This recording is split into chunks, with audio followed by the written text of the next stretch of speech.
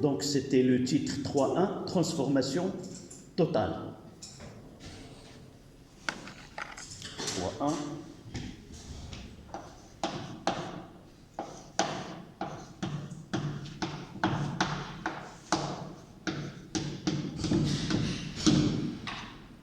Transformation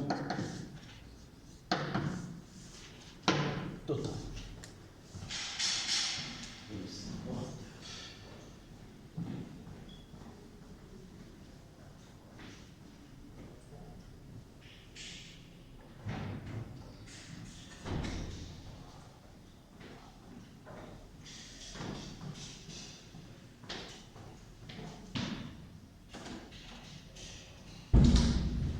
Je vais envoyer l'énoncé dans le groupe, même si vous l'avez déjà écrit.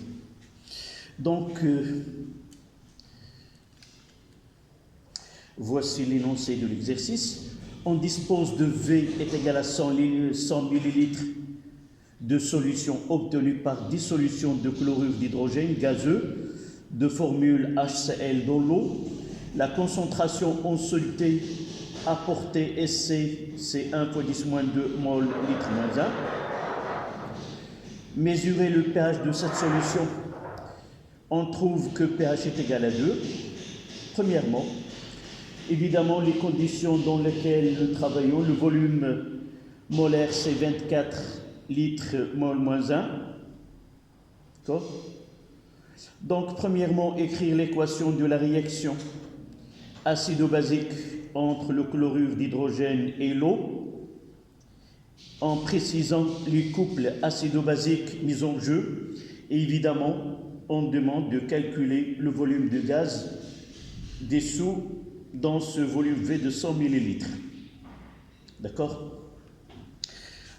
Donc l'objectif de cet exercice, c'est comment étudier une transformation chimique et arriver vers la fin de l'exercice, dire que la transformation elle est totale. Quels sont les paramètres, les grandeurs qui permettent de dire que la transformation elle est totale. D'accord? Donc on commence par l'équation de la réaction. Et on va supposer que la réaction entre le chlorure d'hydrogène gaz et l'eau, c'est on va mettre un point d'interrogation sur cette transformation. D'accord? Donc on a HCl qui est gaz dans l'eau, qui est dans ce cas-là un solvant. C'est une réaction acido-basique, d'accord? Donc, dans cet état, c'est-à-dire l'état initial, le chlorure d'hydrogène et l'eau, quel est le rôle joué par HCl dans ce cas-là? Il contient ce proton H. Et nous avons écrit la formule générale des acides selon Bronsted, HA. D'accord? Donc là, le chlorure d'hydrogène joue le rôle de l'acide de Bronsted. Et évidemment, l'eau jouera le rôle d'une réaction acido-basique. Si cette espèce joue le rôle de l'acide, l'eau jouera le rôle de la base. D'accord? Donc, elle va céder un proton H+, et on va obtenir H3O+, AQ plus Cl-. D'ailleurs, l'équation que nous avons écrite, HA plus H2O, donne H3O+, et A-. D'accord? Donc, d'après la théorie de Bronsted, c'est une réaction acido-basique qui se produit entre deux espèces de couples acido-basiques, et on doit noter les deux couples. Le premier couple, là. Donc là, nous l'avons déjà déterminé, c'est quoi? C'est un acide, selon Bronsted. Donc on va écrire HCl sur, qu'ils sont conjugués. Cl-. Et quel est le rôle joué par l'eau dans cette réaction? C'est une base, on va l'écrire ici. Et quel est l'acide conjugué de H2O? H3O+. Donc voici les deux couples mis en jeu dans cette réaction acido-basique. D'accord? Où HCl est l'acide, et Cl- c'est la base conjuguée, H2O c'est la base, et H3O+, c'est l'acide conjugué de l'eau. D'accord? Il nous reste à calculer le volume de gaz qu'on doit dissoudre dans 100 ml de l'eau, distillée évidemment, pour avoir une concentration introduite en soluté 10-2. D'accord? Tu prends.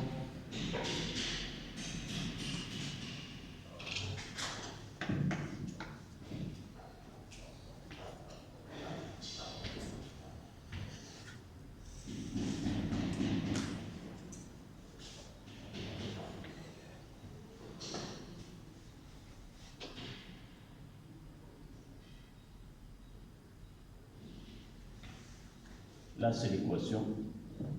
Et là, on va essayer de calculer le volume de gaz. V de HCl utilisé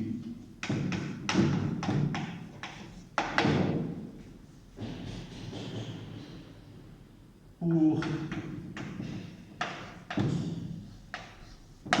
avoir une concentration en soluté introduite, 10-2 mol litre moins 1, dans les conditions où le volume molaire est égal à 24 litres mol moins 1.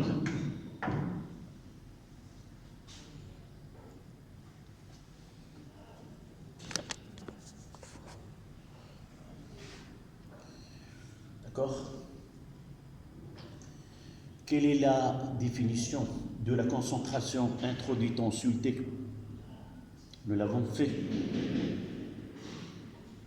hier pendant la séance précédente. Par définition, c'est quoi? C'est la quantité de matière introduite sur le volume de la solution. Et la quantité de matière introduite est égale à quoi? L'exemple que nous avons traité, c'était en dessous de la soude NaOH qui est solide. Et le deuxième exemple, nous avons utilisé de l'acide éthanoïque qui est liquide. Dans le premier, nous avons mis la masse sur la masse molaire. Et dans le deuxième, nous avons remplacé la masse par ρ fois V. Et là, nous avons un gaz. La quantité de matière dans un volume V, dans les conditions où le volume molaire est Vm, c'est V du gaz sur Vm. C'est ça la définition. Pour une masse, c'est la masse sur la masse molaire. Pour un gaz, c'est le volume molaire. D'accord? Et on remplace dans l'expression de C. Donc C est égal à V du gaz de HCl sur Vm fois Vs.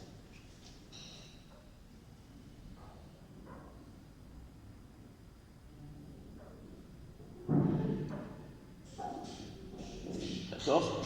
Et de là, on fait que V de HCl utilisé, ça sera C fois Vm fois Vs.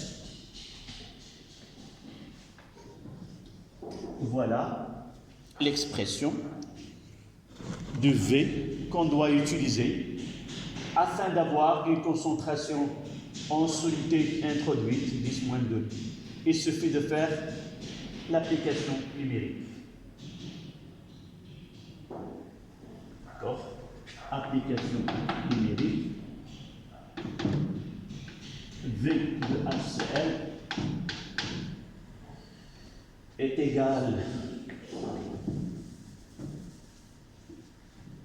V de HCl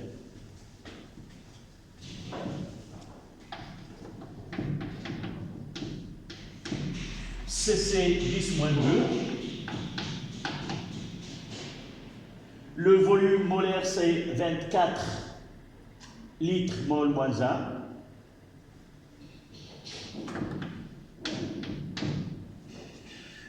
Et le volume VS, nous avons utilisé 100 millilitres. On doit le convertir en litres, c'est 0,1.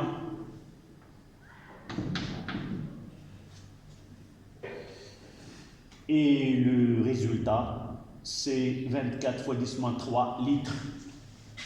C'est égal à 24 fois 10 moins 3 litres. Et on peut l'écrire tout simplement en millilitres. Le volume de HCl qu'on doit utiliser est égal à 24 millilitres. Voilà. Pour obtenir une solution 10 moins 2 mol par litre, on doit dissoudre dans les conditions de l'exercice 24 millilitres. D'accord? Y a-t-il une question?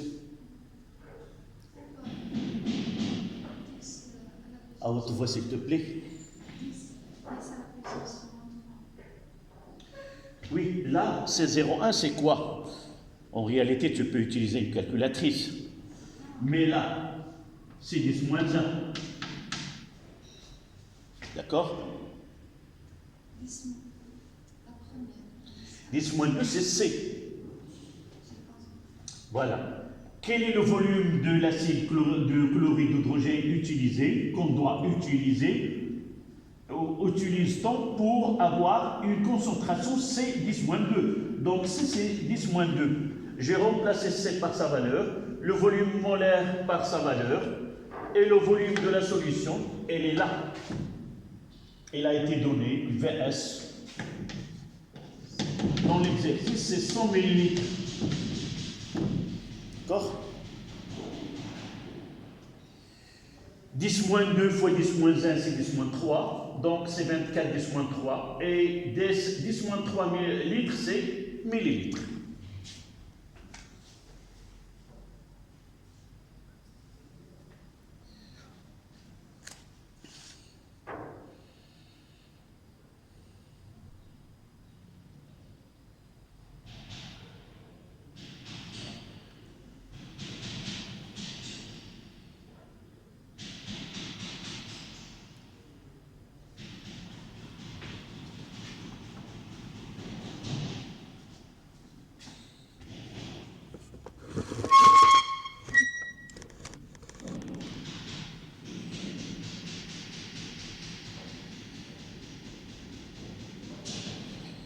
La question suivante.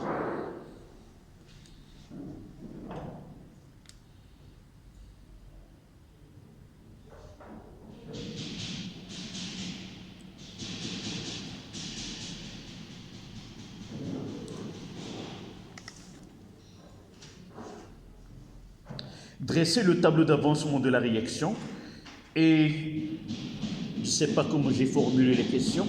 Tu peux lire les... Oui? Uniquement. Donc, la question, je vais les répondre de la manière que j'ai ici. Deuxièmement, dresser le tableau d'avancement de la réaction. D'accord? Donc, on va revenir à cette partie-là, puisque j'ai déjà l'équation de la réaction, et je vais dresser le tableau d'avancement au-dessous.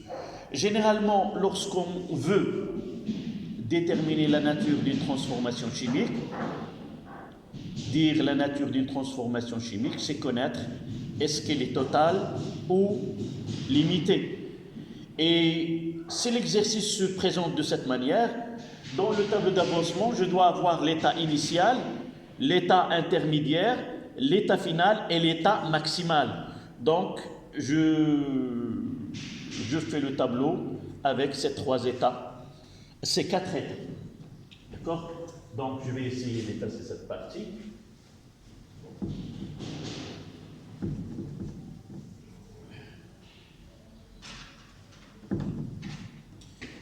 Donc, là, on a utilisé C fois VS. L'eau qui joue le rôle de solvant, elle est en excès. La 0 et la 0. CPV moins X, là en excès, la X et la X. CPV moins X final en excès, X final et là, X final. Et le dernier état, C fois VS moins XM, la XM et la XM. Donc,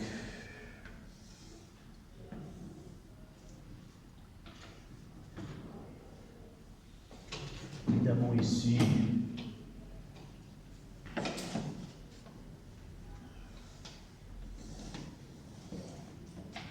je vais essayer de tracer.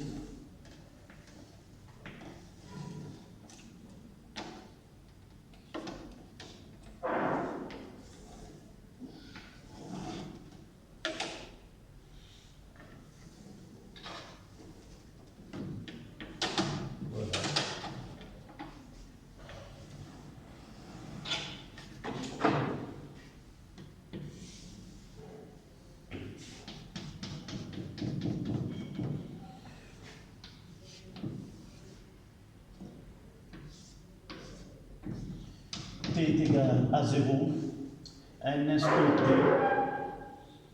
T final et T max. État initial, état intermédiaire, état final et état maximal. D'accord. Voilà ce qu'on demande pour la question 2. La deuxième question.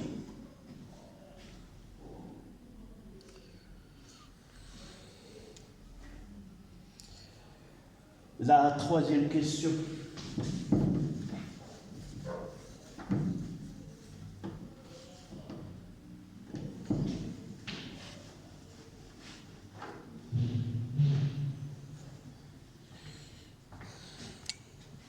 On demande de calculer x final. D'accord? Troisième question, déterminer l'avancement maximal. Troisièmement,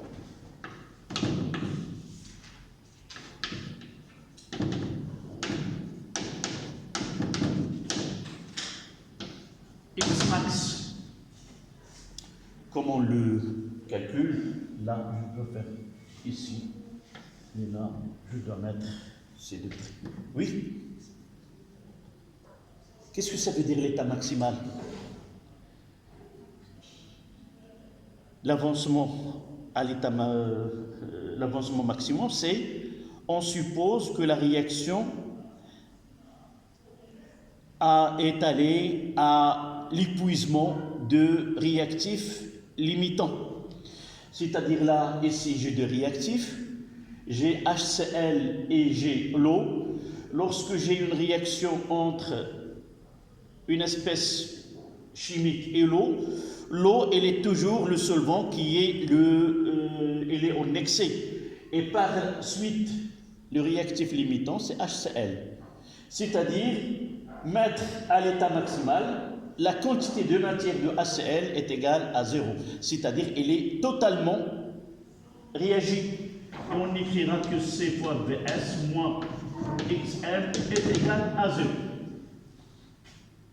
Et de là, XM est égal à C fois VS, C c'est 10 moins 2, divisé fois le volume, c'est 100 ml, c'est-à-dire 10, c'est 10 moins 1 litre, et par la suite, XM est égal à 10 moins 3 mol. Voilà l'avancement maximal.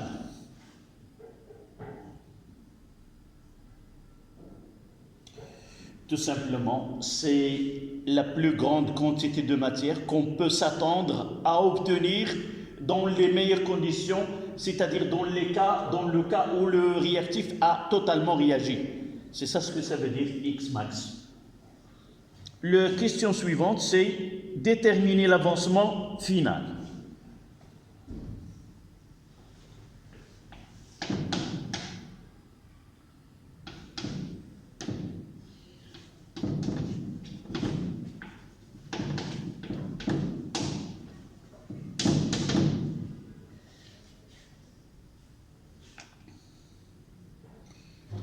Comment on détermine l'avancement final? D'abord, l'avancement final, il est lié à quoi? À haute voix, s'il te plaît. Nous avons deux grandeurs, X max et X final. Est-ce qu'on peut connaître à l'avance X final?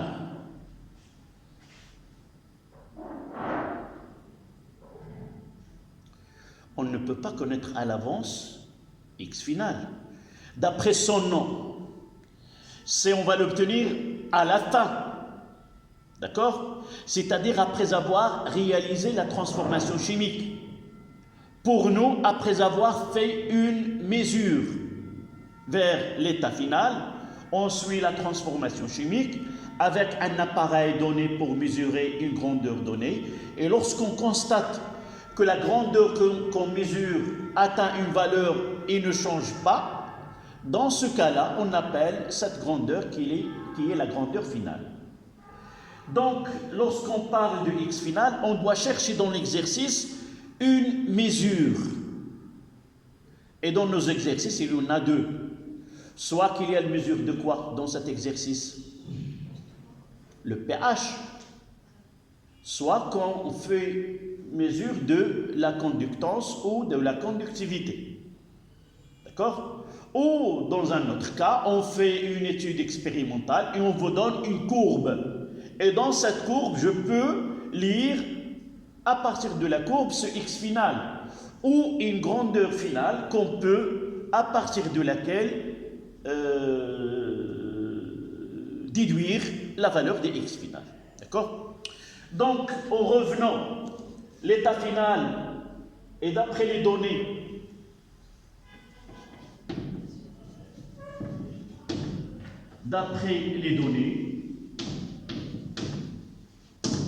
on a le pH est égal à 2. Là, c'est une mesure. Donc, si on vous donne le pH, c'est en quelque sorte, on vous donne quoi? pH, il est lié à quoi? Nous avons défini le pH. Et nous avons dit que le pH peut être déterminé par 3 méthodes, soit par un indicateur coloré, par exemple ici. Ici, j'ai le BBT, soit, quoi d'autre? Le papier pH, je dois l'avoir ici. Voilà le papier pH. Ou ce papier-là, il est imbibé d'un mélange d'indicateurs colorés et chaque indicateur coloré prend une coloration et à partir de ces colorations-là, je peux déterminer le pH. C'est de 1 à 14 ou à partir d'un appareil de mesure. Là, j'ai un appareil de mesure qui est le pH mètre, où il y a une sonde liée à un appareil, en quelque sorte c'est un voltmètre, qui convertit une différence de potentiel à un pH. D'accord? Donc voici les 3 méthodes qu'on utilise pour déterminer le pH. Donc le pH, dire le pH, c'est donner en quelque sorte que la concentration de H3O+, est égale, finale, est égale à 10 moins pH. D'accord? Donc là, une fois qu'on vous donne le pH, en réalité, on vous donne la concentration des ions H3O+. Et une fois que je détermine la concentration à l'état final de H3O+, je peux déterminer de là X final. Donc, X final, la concentration de H3O+ final est égale à X final sur Vs, qui est égal à 10 à la puissance moins pH. Et de là, X final est égal à Vs fois 10 à la puissance moins pH. Voilà l'expression de X final. Il suffit de faire l'application numérique. D'accord? Donc là,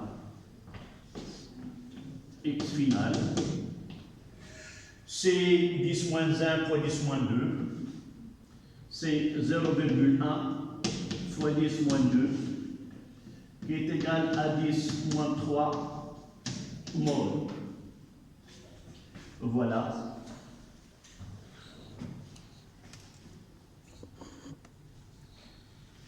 X final.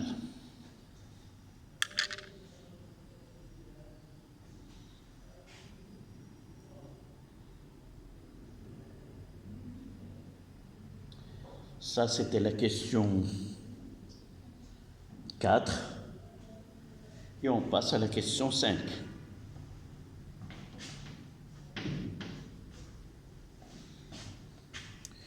Question 5.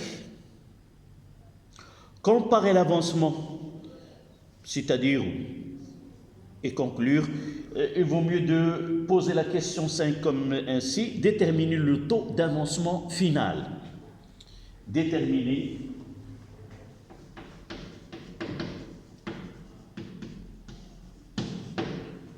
taux l'avancement final, le taux d'avancement final, et conclure.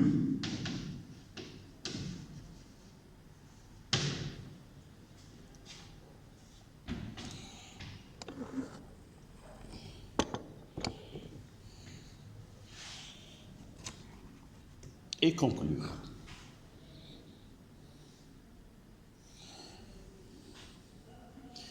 D'abord, l'expression de taux ou sa définition, taux est égal à x final sur xm.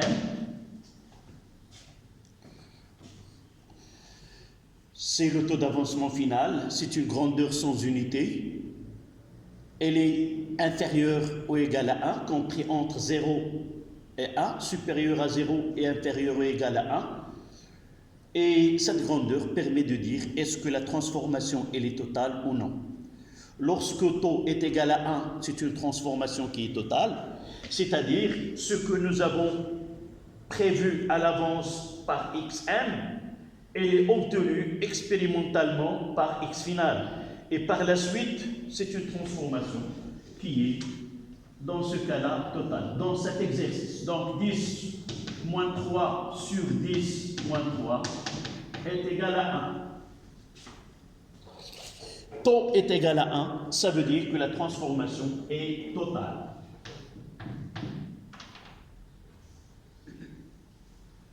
Taux est égal à 1. Transformation totale.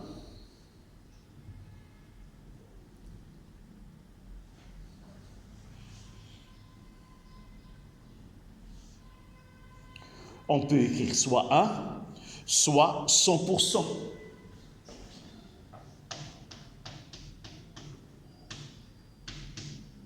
C'est la même chose. Ça veut dire quoi si on le rend comme un pourcentage? Là, on parle d'une transformation chimique au cours de laquelle on introduit, dans ce cas-là, des molécules de chlorure d'hydrogène. Comment lire ce taux comme étant un avancement de la transformation à l'état final? On trouve que dans 100 molécules introduites dans l'eau, 100 molécules ont été dissociées et réagies. Lorsque taux, par exemple, est 20%, inférieur à 1, ça veut dire lorsqu'on introduit 100 molécules, uniquement 20 vont être dissociées et les autres molécules, ils vont rester telles qu'elle est introduite. D'accord? C'est ça la lecture de ce taux. C'était la question 5. La 6e question, donnez la liste des espèces chimiques présentes à l'état final.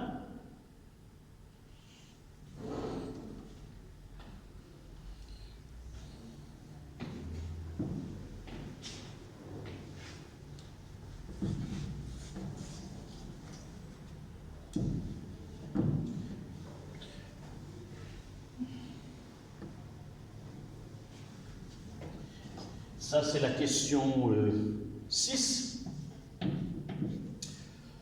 Pour dresser un bilan des réactifs ou des espèces chimiques à l'état final, il vaut mieux de mettre les réactifs, mettre les produits, et d'après la nature de la transformation chimique étudiée, on peut dire voilà ce qui reste à l'état final. D'accord? Donc, sixièmement, les réactifs. Il y en a HCl qui est gaz et l'eau qui est le solvant. Et les produits, c'est H3O+, et Cl-.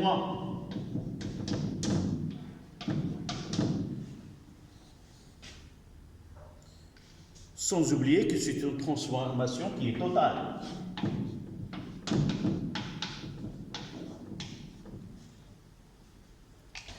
Si la transformation est totale, ça veut dire que quoi? Que le réactif limitant est épuisé totalement, a réagi complètement. D'accord? Total, ça veut dire que le réactif limitant a réagi totalement.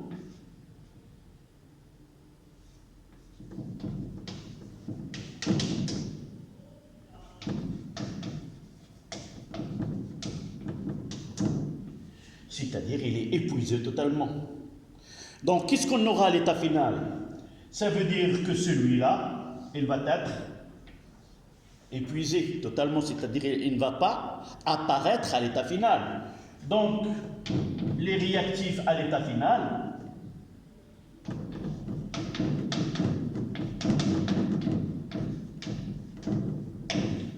qu'est-ce qu'on aura?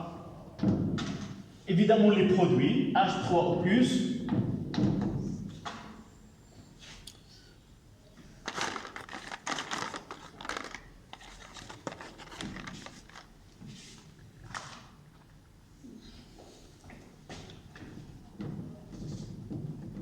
c'est H3O+, Cl-, évidemment, l'eau, qui est le solvant. Et celui-là n'existe pas à l'état final, il a totalement réagi. Voilà. Puisque la transformation est totale,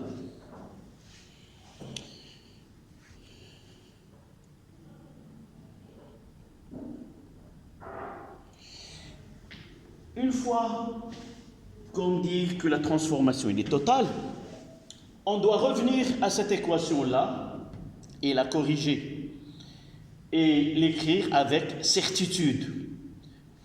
Et lorsque la transformation elle est totale, alors l'équation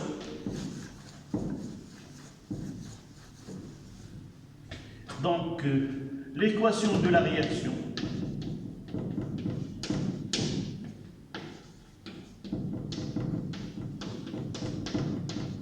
dans ce cas-là, ça sera HCl qui est gaz plus H2O qui est le solvant. On va mettre ici une seule flèche.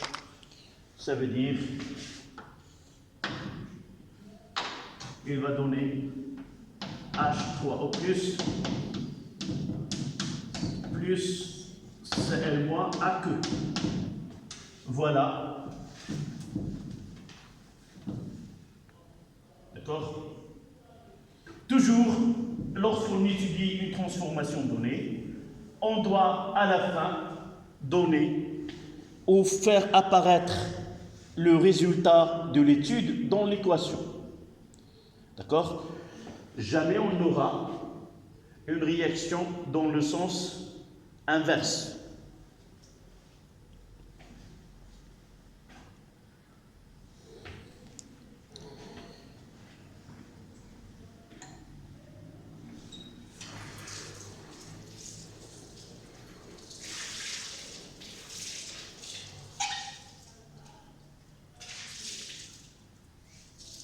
Maintenant, on va parler de la solution obtenue, comme on l'appelle, et quelle est la nature de cet acide-là.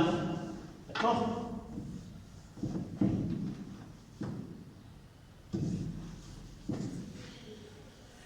Parmi les choses qu'on doit avoir suite à l'établissement de la nature de la transformation chimique, on dira dans ce cas-là, d'abord, l'acide qu'on obtient là, on l'appelle une solution d'acide chlorhydrique. Là, c'est une solution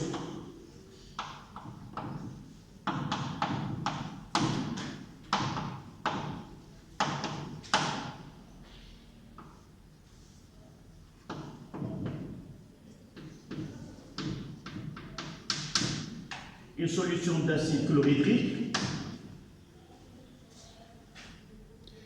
Et puisque la réaction elle est totale, on dira que l'acide HCl est un acide fort. HCl est un acide fort.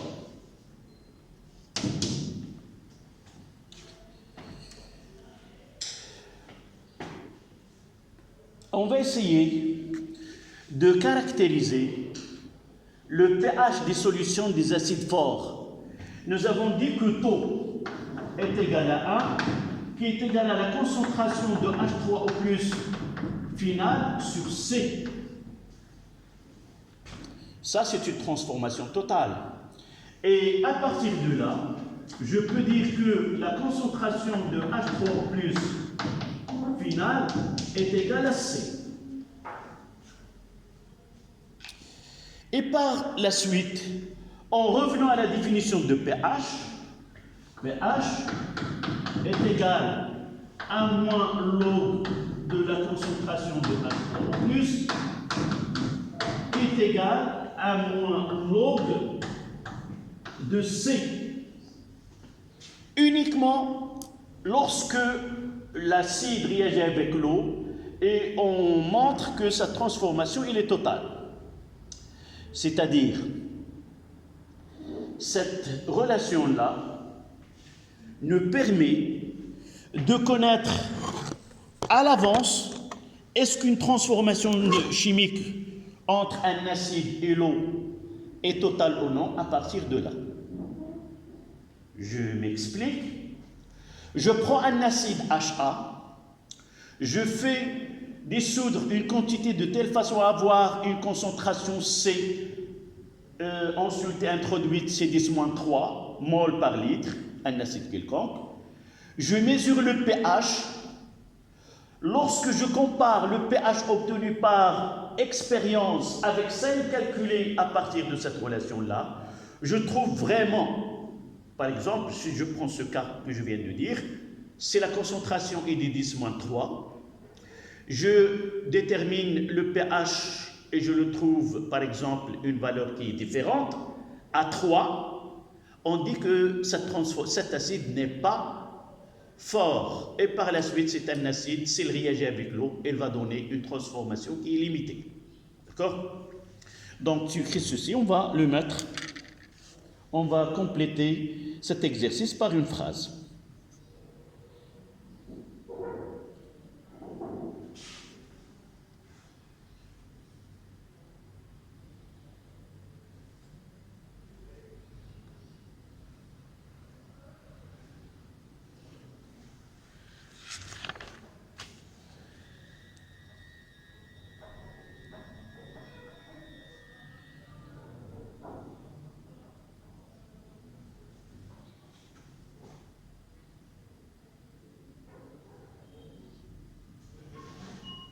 Donc la phrase, la relation pH est égale à moins log de C permet de connaître est-ce l'acide est fort ou faible ou la transformation totale ou limitée. Vous écrivez, la relation pH est égale à moins log de C. La relation pH est égale à moins log de C, où C la concentration, où C est la concentration introduite en soluté de l'acide, permet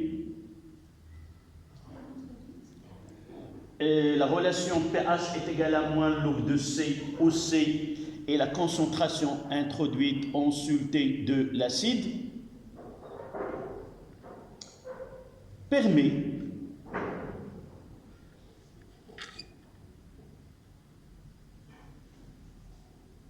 de vérifier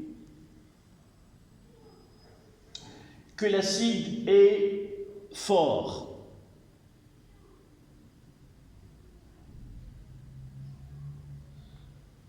et que la réaction entre cet acide et l'eau est une réaction totale.